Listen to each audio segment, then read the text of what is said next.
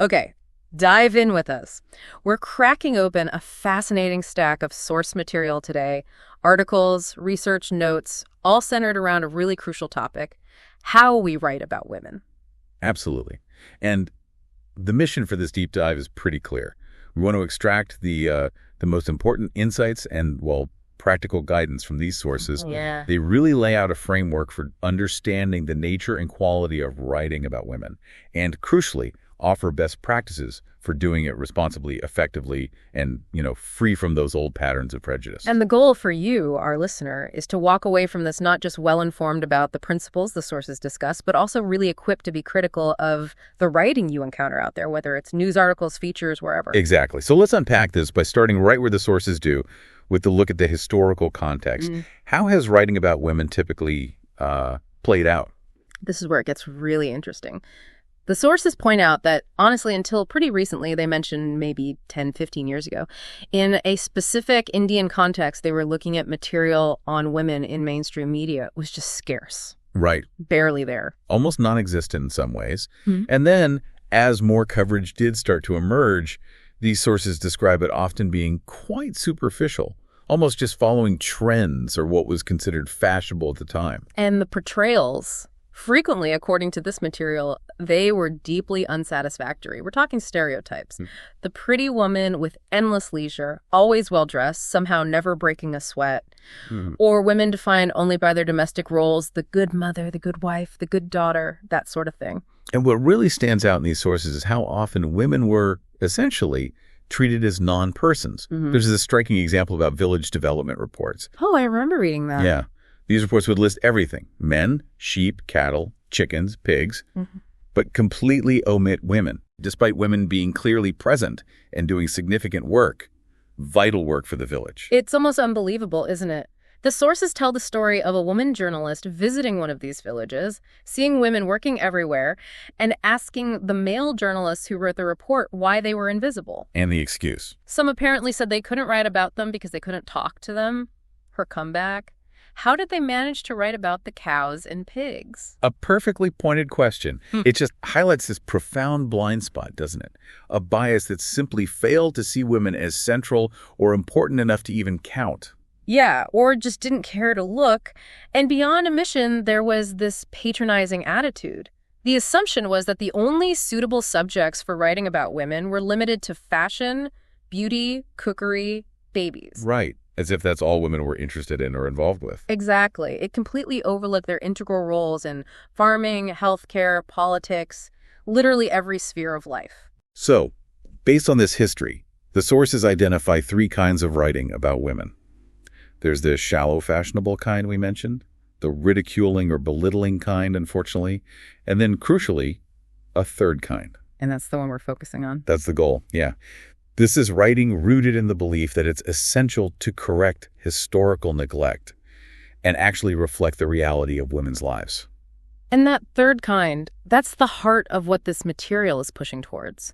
The core principle these sources hammer home is that making this shift requires a fundamental change in attitude. It's not just about technique. No, exactly. You have to move from an indifferent or irresponsible approach to treating women on a truly equal footing with men.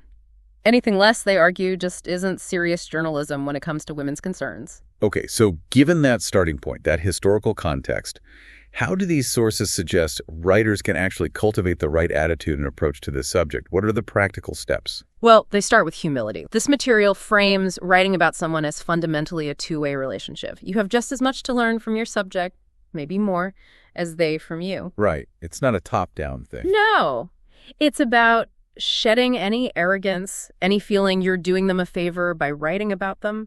It's about cherishing people as individuals, not just as subjects to extract information from. And building on that is sensitivity, being open to the complexity of issues, avoiding those snap judgments. And the sources make a really important point here. Sensitivity in writing isn't just a technique you apply on the page. What do they mean? Well, they argue it stems from living by the values you project. You can't genuinely write sensitively about women if in your own life you treat them with disrespect or, as non-entities. It has to be authentic. That makes sense. And underpinning it all is respect. just fundamental respect, treating your subject with dignity. The writer offers perspective, yes, but you're not the ultimate authority on another person's experience. The sources suggest that a sense of equality makes you more open and understanding.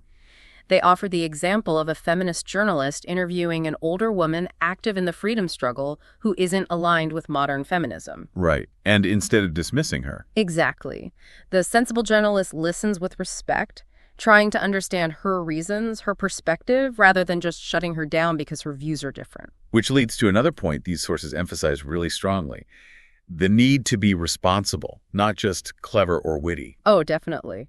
And they provide some pretty stark examples from the source material to show what irresponsible writing looks like. There's a cartoon and subheading trivializing bride burning something like, "Burn, baby, bum till independence comes." That's horrific. It really is. The sources are right to call this out. Murder isn't a subject for trivial humor. It's just completely inappropriate. And even more disturbing is an example of an article on the rape of a minor girl. It used frivolous language like somewhat pedestrian to describe the assault, focused on irrelevant details like what the policemen were wearing, and even suggested the victim's alleged forwardness somehow excused the attack. That's appalling. It shows how easily serious issues can be completely trivialized, or worse, used to blame the victim. The sources are absolutely clear on this. The media has tremendous authority. Huge authority. And irresponsible portrayals don't just report, they reinforce harmful stereotypes. The writer, taking on this powerful role, has a fundamental responsibility to be truthful, honest, objective, and critical, using sound judgment. Okay, so that covers attitude. Shifting gears slightly to more practical writing techniques, the sources highlight the absolute need for thorough research. Yes, this is non-negotiable. Because once something is printed, these sources note, it often becomes treated as gospel, right? People just accept it. They use the example of wildly varying statistics on bride burning and Delhi numbers jumping between 300 and 600 in the same year, yet rarely questioned about their source or methodology. And that's presented as a clear failure of research and responsibility. Just sloppy work with serious consequences. Absolutely. And they directly connect this lack of rigorous research to why women are so often omitted or presented as inferior in development statistics and policies. If the foundational data is flawed or biased, everything built upon it will be too.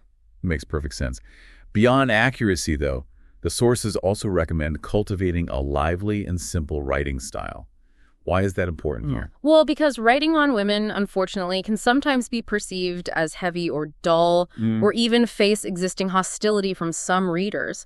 So a readable style is crucial for reaching a general audience. They need to engage people. Exactly. They mention Anis Jung's feature, Women Will Sit on Chairs, as an example of a readable style because it feels genuine and positive. It draws you in. And humor. Can that play a role?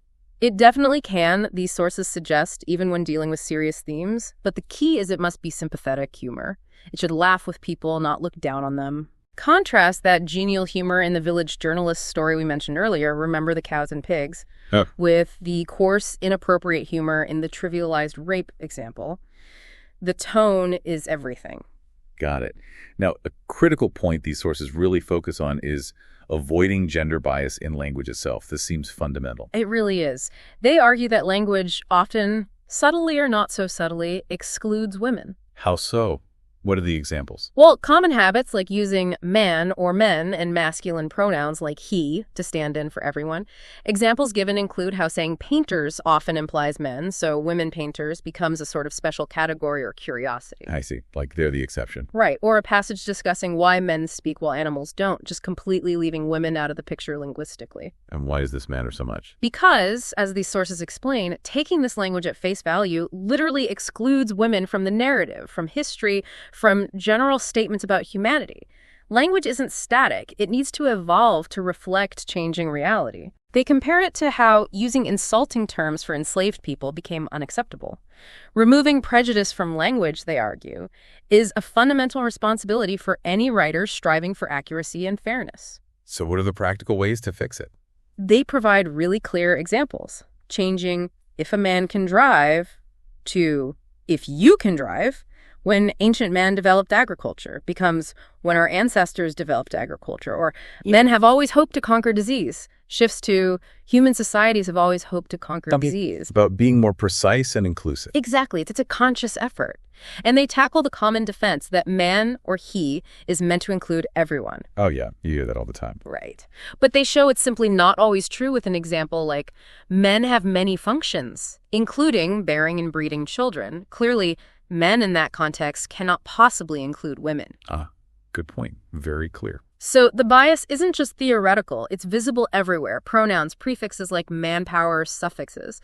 Avoiding it is crucial to avoid reinforcing outdated and harmful stereotypes. Okay, that's really helpful on the language front.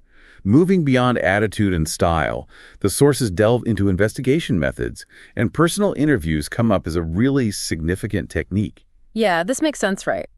As women take on more public roles, the opportunities and, frankly, the necessity for writing based on personal interviews grow significantly. And they share some experiences. Oh, yeah, they do. The sources share the experience of a celebrated Indian woman journalist, Anais Jung, who wrote the popular Hers column. She initially questioned the label woman writer, wondering if women's experiences were truly distinct enough to warrant a separate category. Interesting.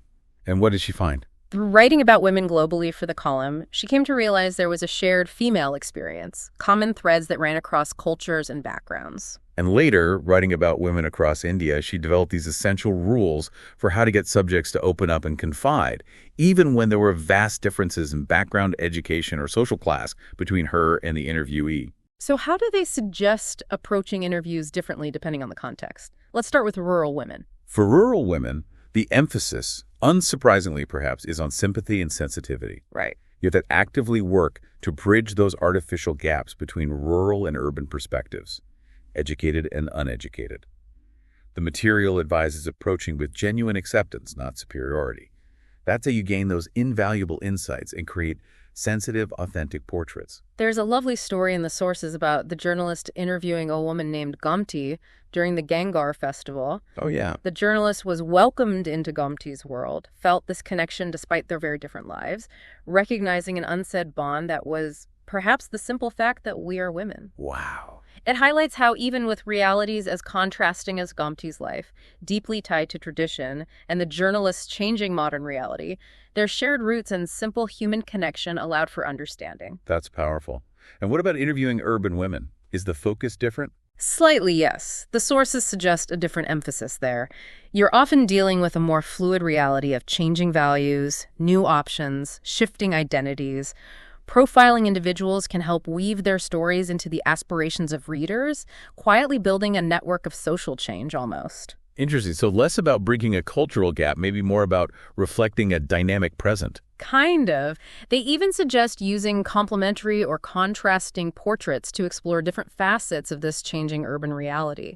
They give the examples of Shaku and Bilkis. Tell us about them. Shaku sought physical independence, movement. She defined freedom as being able to navigate different life situations, work, home, social, without disrupting her own inner sense of self or ruffling others. Okay, an external kind of freedom in a way. You could say that. Whereas Bilkis found her harmony more internally, by accepting her situation, creating balances within her life, drawing strength from being aware of others' needs rather than focusing solely on her own. So very different approaches to life. Very different. And the powerful takeaway the sources draw from these two contrasting lives. Both women, despite their vastly different paths, found their own definition of freedom. So freedom isn't monolithic. Exactly. It's a state of inner consciousness, the sources say, that looks different for each person. Fascinating. And in terms of the writing style for these interviews, what do they recommend? Keeping it informal, participatory, conversational. You want the reader to feel like they're right there, almost part of the discussion. How do you achieve that? Using small, specific, personal details can really help someone's blonde hair, the yellow pictures on a wall, silver hair, melancholic eyes, things that bring that sense of personal contact to life. Right, the little things. Yeah. And while the details are personal, the narrative should aim for a larger universal significance, like presenting a mother figure not just as one specific woman, but as a symbol of nurture and protection, connecting the personal to the broader human experience. Got it. Now, a critical section deals with the ethics of publishing these interviews. What are the key points there? The sources emphasize fundamental norms, responsibility to both the person you interviewed and to the reader. That's paramount. Meaning? Meaning you absolutely must not debase the subject's image or chase sensationalism at their expense. The goal is truth, presented fairly.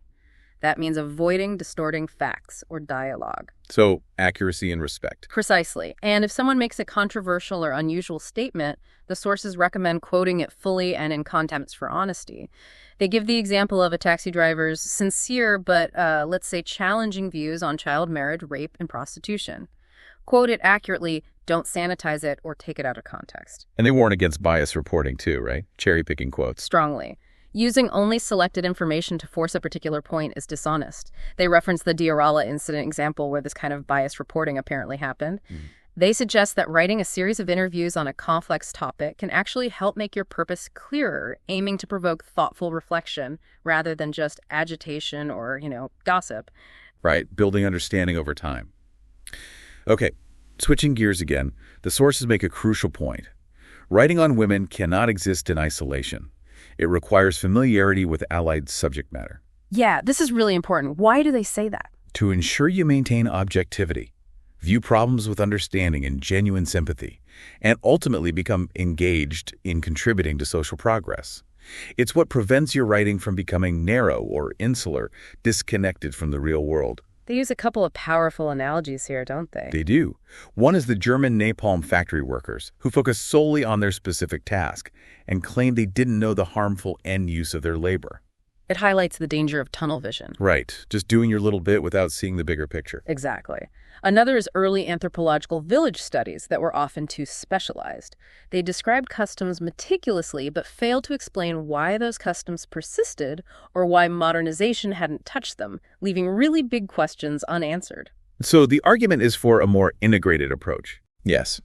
They argue that a move towards interdisciplinary knowledge, like social anthropology, incorporating economic or political angles, makes writing richer and more accessible. You can retain focus on women, but you're not ignoring the interconnected world around them. This is particularly relevant when people ask that question, why only women's issues? Precisely. The sources counter by pointing out women are half the human race and involved in literally every sector. They make the strong case that actually no such thing as merely women's issues. Every issue is a women's issue. Can you give an example? Sure. They use industrial growth. While big factories might employ mostly men, that growth is often tied to women's work in smaller related industries, or the impact on families or the environment where women might bear the brunt. It's all connected. They do note a drawback, though, don't they, about academic writing? Yes. They mention that sometimes serious academic writing on women, while valuable, treats them as isolated phenomena, which limits its ability to reach and influence broader public opinion. It stays within the academy. So the core message here is that issues concerning women are fundamentally interrelated. You can't silo them. Absolutely not. The sources list allied areas you need to consider: health, politics, media, work, family, farming, environment. The list goes on. The dowry example they use really drives this home. It does. To truly understand dowry, you can't just look at it as a simple custom. These sources say you need to consider religion, economics like its role in preventing property fragmentation law, specifically the history of property rights for women, and history itself. Wow, that's a lot of threads. It is. It requires drawing on knowledge from law, economics, history, social anthropology, even agriculture. It's only through this kind of broad interdisciplinary investigation that you can understand the deep roots of the problem and form informed views on what needs to change. So how does a writer actually gain access to these related areas? It sounds daunting. Reading widely across different fields is part of it, obviously, but the sources really emphasize engaging directly with women's groups. Why them specifically? Because these groups are on the ground, involved in campaigning, activism, research on every conceivable issue: health, violence, rape, childcare, contraception, legal rights, you name it. They have the expertise and the lived experience. So reach out. Yes. They suggest writing to groups, attending events, participating if possible, actively searching for stories and context through these connections. And above all, being sympathetic. Showing genuine interest is key to gaining their confidence and access to this vital, broader context. Ultimately, widening the context requires sound judgment and experience, as the sources mention. It's not about throwing everything in. No, it's about relevance. But reader feedback, like letters to the editor discussed in the material, clearly shows that a broader context is needed for a writer to have integrity and for the writing to be truly effective and meaningful. Okay, finally, let's get to drawing conclusions and writing about women. Do you always need one? The sources point out conclusions aren't always necessary, like for a simple description or a straightforward news report. Fair enough. But they are necessary and valuable in responsible investigative writing on women's problems. And the absolute rule here, according to these sources, is that conclusions must be based on facts, not prejudice or speculation. Facts, not feeling. Essentially, yes. This is powerfully illustrated with the example of a UP minister using rape statistics to claim crime was decreasing and women's status improving in his state. The selective use of data. Exactly. Yeah. Sources picked this apart brilliantly, highlighting everything the minister ignored. He only used reported cases, and we know many go unreported, especially in rural areas. Low numbers don't automatically mean status improvement. How the statistics were collected was unclear, and his motivation was clearly political, not objective analysis. It's a stark example of how manipulating incomplete facts can lead to completely false conclusions being presented as truth. Absolutely. The writer has a serious responsibility here to be meticulous with statistics, consider all variables, substantiate their data, and crucially, place it in its full context. Don't just grab a number that looks good. The sources also stress how personal prejudices and preconceptions inevitably distort conclusions. This seems obvious, but how does it play out? Well, if a writer holds an inbuilt prejudice, say, believing women are naturally inferior or suited only for certain roles, they might simply dismiss facts that contradict that belief, even unconsciously. They give the Wimbledon example, right? Yes, the tennis commentator focusing on women players' underclothes instead of their incredible skill. That bias prevented him, and potentially his audience, from seeing them for what they were.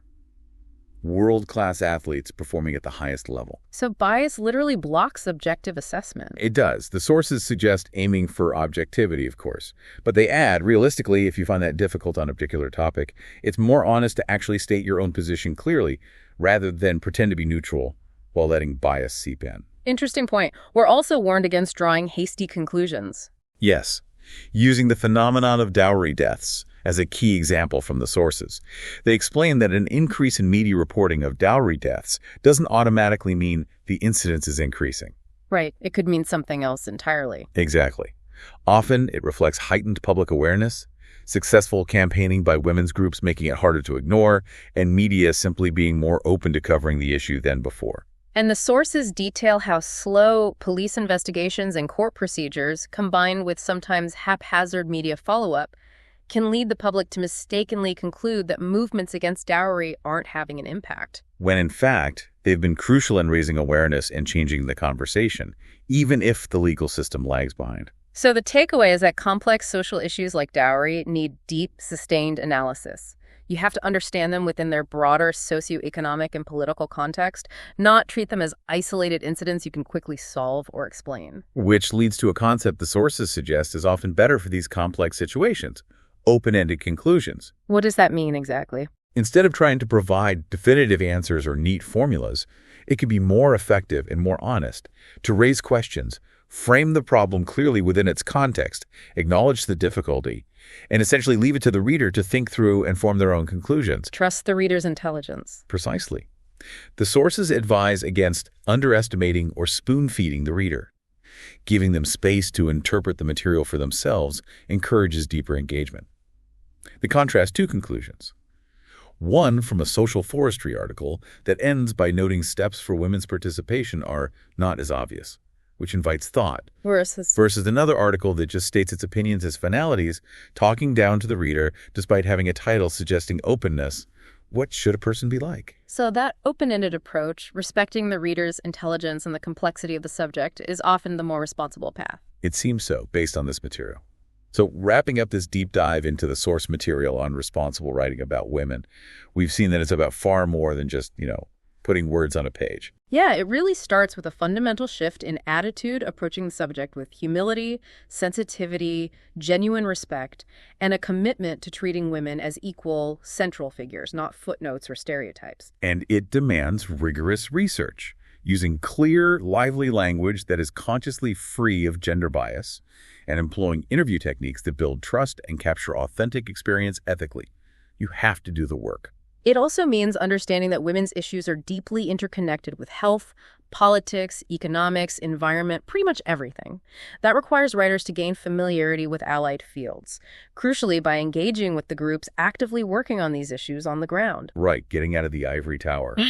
And finally, it's about drawing conclusions responsibly, grounding them firmly in substantiated facts, filtering out personal prejudice, being wary of hasty judgments, and for complex topics, sometimes leaving the conversation open, inviting the reader's own critical thought rather than providing easy answers. This kind of writing isn't just reporting. It's actually contributing to a more accurate, nuanced, and truthful understanding of half the world's population. It has real impact. So perhaps a final thought for you, the listener. Given the significant authority the media wields, as these sources highlight again and again, what responsibility do you, as someone consuming this information, have in recognizing bias and actively seeking out accounts of women's lives and issues that are well-researched, contextually rich, and written with genuine respect? Definitely something to think about. Thanks for diving deep with us today.